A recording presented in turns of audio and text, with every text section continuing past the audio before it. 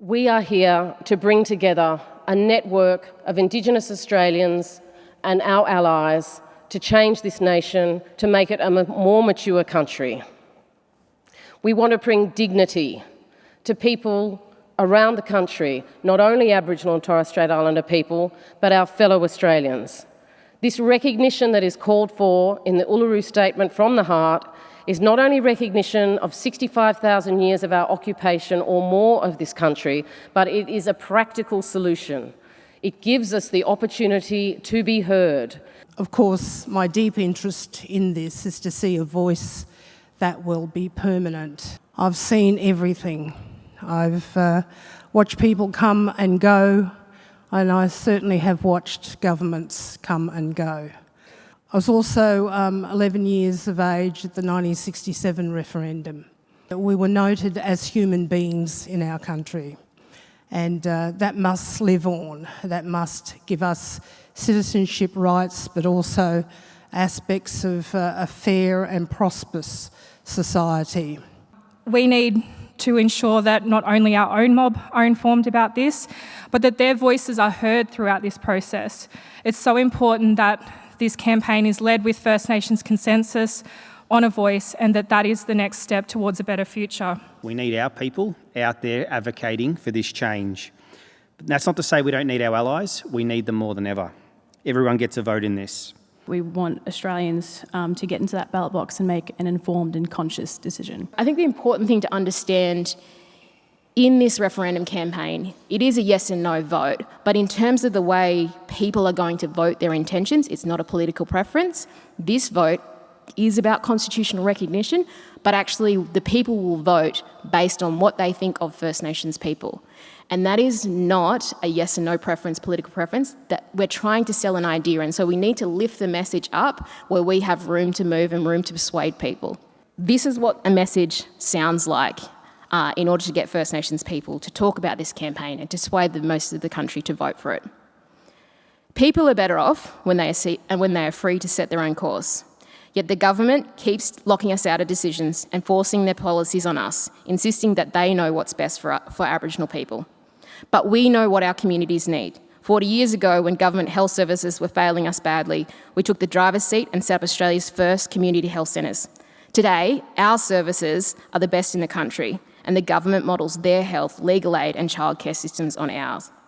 Our people are strong and resilient. When we are free to set our own course, the whole country benefits. Certainly for me, it's about changing the narrative, the conversation, the way in which our deficit is not always there. It doesn't have to be there. Leading to a strength-based approach to say that our people are deadly, they are proud, they are resilient, and they can do anything, just given a voice and a chance to succeed. My great-grandmother, Nellie Araka, was an Aranda woman, Northern Aranda woman, who lived north of Alice Springs before white people came, and she was one of the few survivors of a massacre that killed hundreds of her family.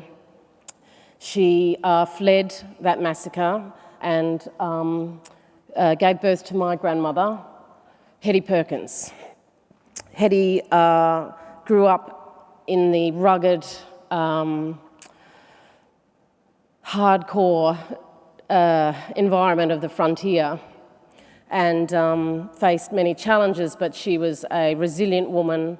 She was a stock woman, she worked as a cleaner, and she made a life for herself in Central Australia and went through great hardship. The experience she had and the lack of recognition both her mother and her experienced in their lifetimes, and that's one of the reasons I'm here. So I want to talk to you about what it's going to take to win. And of course, it's going to take not one person and not one organisation to win, but as you've seen, multiple organisations. It is important to note the collaboration that is required, a collective strategy. It is a call to action also for philanthropy, to lead and to give at a scale that we have not seen in our country before.